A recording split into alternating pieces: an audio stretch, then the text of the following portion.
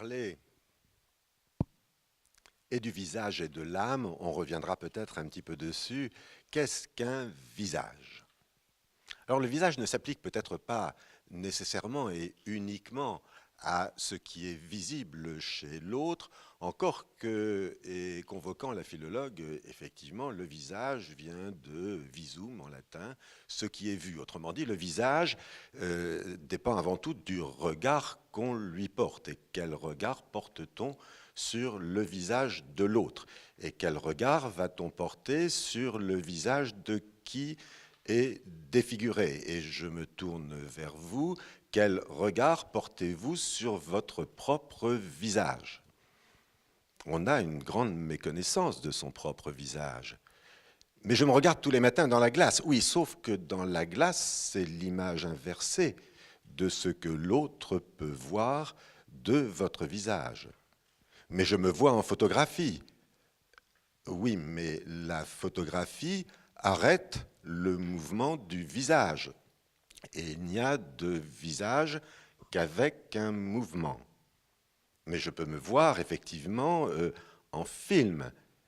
Avez-vous fait cette expérience de l'arrêt sur image au cours d'un film et qui vous surprend dans une forme de grimace à laquelle vous ne vous attendiez pas? Et puis, vous vous promenez, je ne sais pas moi, dans le métro, ici à Paris, et vous regardez le visage. Vous faites attention de ne pas trop regarder le visage de l'autre. Et puis de temps en temps, vous voyez le visage de l'autre défiguré. Il m'est arrivé à plusieurs reprises de faire des conférences avec des photographies et des photographies de gens défigurés. Et aussitôt, on porte les mains à son propre visage. Cela me rappelle ce que Rainer Maria Rilke écrivait dans ses carnets, dans son cheminement dans les rues parisiennes, n'est-ce pas? Ce mouvement de la main qui cache sa vue à la défiguration de l'autre. Alors bien évidemment, ce que vous venez de dire à propos de la greffe de visage vient relancer le débat. Ce débat qui m'avait amené, avant cette greffe, à travailler sur la défiguration avec les historiens et ceux qu'on appelait les gueules cassées.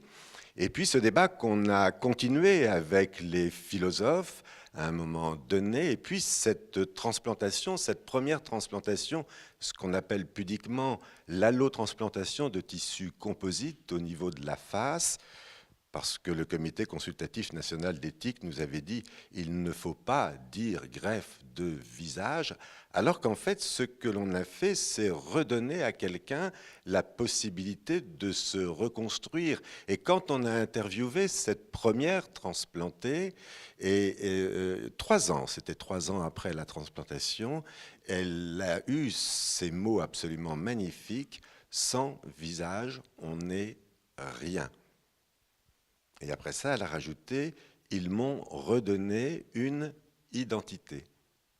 Et donc on se pose la question, c'est quoi l'identité? Alors pour elle, bien sûr, qui avait été traumatisée, l'identité, c'était la restitutio ad integrum d'un visage perdu qu'elle avait avant. Alors nous ne pouvons pas montrer de photographie ici, mais vous seriez surpris de voir son visage 3 ans avant sa morsure et 3 ans après sa transplantation, et vous vous dites, mais il ne s'est strictement rien passé, simplement cette évolution d'un visage changeant qui est notre propre destinée. Ah, vous avez regardé la photographie de votre visage sur votre permis de conduire?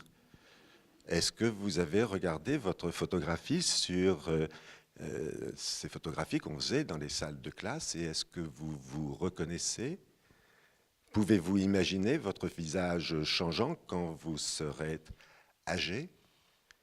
Il y a donc toute cette interrogation, et quel regard, donc, effectivement, êtes-vous capable de porter? Alors donc, il y a cette identité qui est, voilà, je me reconnais comme avant.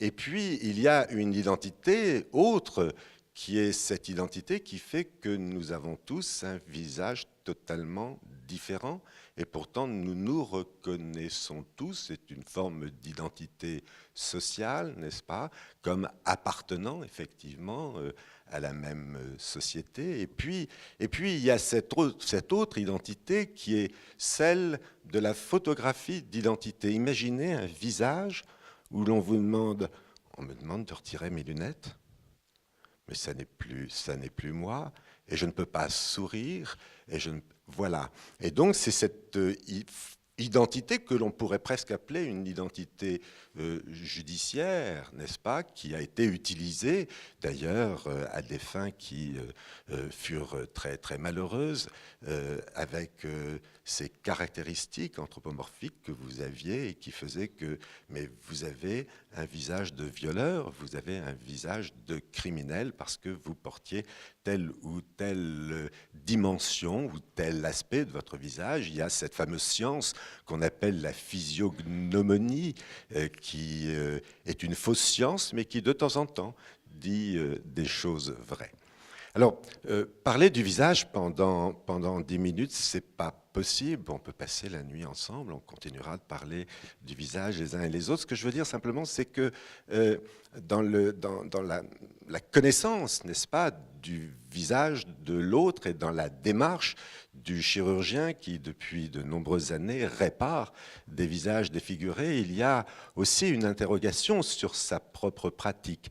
Qu'est-ce que je cherche à travers mon visage? Et qu'est-ce que les anatomistes ont cherché à travers le visage et les dissections qu'ils faisaient? Vous avez fait référence, je voudrais rapporter ici une phrase de Daniel Guibert, que vous connaissez, qui était un ami de Michel Foucault, entre autres, et qui est décédé effectivement du sida, et écrivait si Dieu nous a fait à son image, comment disséquer Dieu? Eh bien, peut-être que je passe, moi aussi, beaucoup de temps à essayer de rechercher. Tout à l'heure, vous parliez de l'âme. Eh bien, peut-être que vous la trouvez dans la Grèce, l'âme, et si l'âme était dans le visage. C'est François Delaporte qui disait « Si le visage est bien le lieu de l'âme, mais ce lieu est désespérément désert ». Et donc, je continue tous les jours à aller soulever la peau, à disséquer la graisse, à clamper les vaisseaux, à voir les artères qui battent, à sectionner les muscles, à ruginer les os peut-être, à la recherche d'une âme.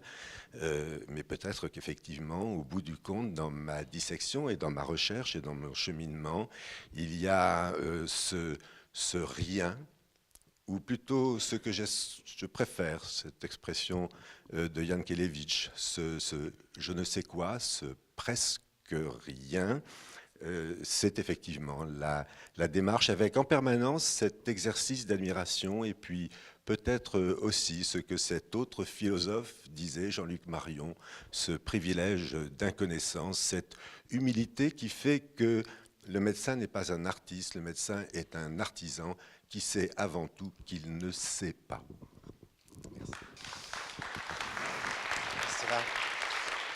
Merci. Merci beaucoup pour cette leçon d'humilité, parce qu'effectivement, vous êtes quand même dans ce domaine, je ne sais pas si on peut dire une star, en tout cas renommée internationale. Vous vous êtes pas du tout étendu sur cette première greffe de visage, vous l'avez évoqué. Techniquement, qu'est-ce que ça représentait comme défi? Donc, rappelons l'histoire, une jeune femme de 39 ans se fait mordre par son chien, même défigurée, manger une partie du visage par son chien, et il n'y avait pas d'autre solution que de lui greffer le visage d'un autre pour lui redonner une apparence, lui redonner un visage qui n'était ni vraiment le sien, ni vraiment celui de la personne à qui on l'avait prélevé. Quel défi technique ça représentait? Je crois que c'est faux de dire qu'il n'y avait pas d'autres possibilités. Il y a toujours la possibilité de faire. C'est simplement parce qu'au fil des années, nous avions pris conscience des limites de l'autotransplantation, comment une partie de notre corps peut se substituer à une autre pour la remplacer. C'est ce qui a fondé la chirurgie reconstructrice depuis la Première Guerre mondiale, en quelque sorte, si vous voulez. Et donc, il y avait cela. Et puis, il y a la conjonction du temps. Il faut d'abord reconnaître que la première transplantation de main réalisée en France en 1998 a fait la preuve que l'on pouvait tolérer ce que l'on estimait comme n'étant pas tolérable sur le plan immunitaire, n'est-ce pas?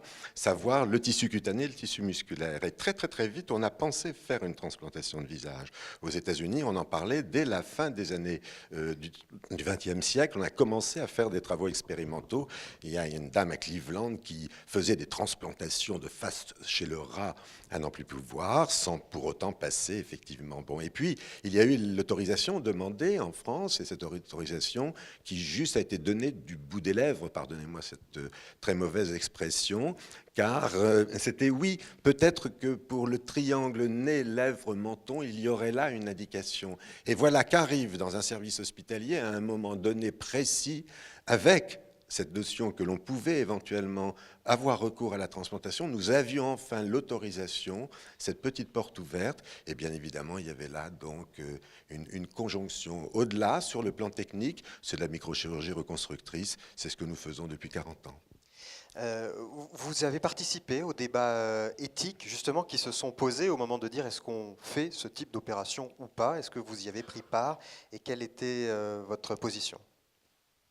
Nous n'avons pas été sollicités avant, et l'avis consultatif du Comité consultatif national d'éthique a été donné sans que nous soyons.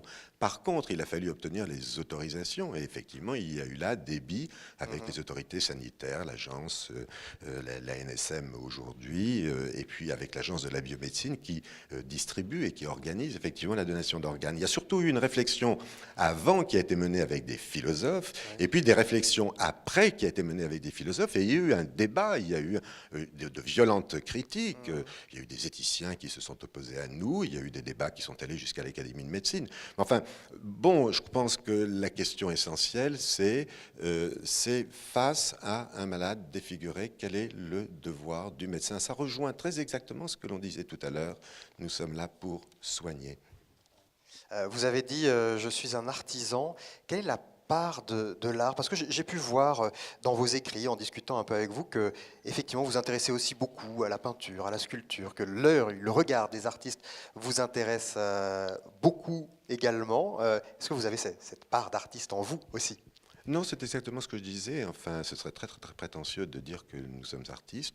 Non, non, l'artiste est artisan, et l'artisan sait qu'il ne sait pas, donc on est en recherche permanente. Et puis, il y a bien sûr l'étymologie du mot chirurgien. Nous sommes des artisans dans la mesure où nous sommes des travailleurs de la main. Chirour, c'est la main en grec. Merci à vous. On aura l'occasion de rediscuter avec vous dans un instant.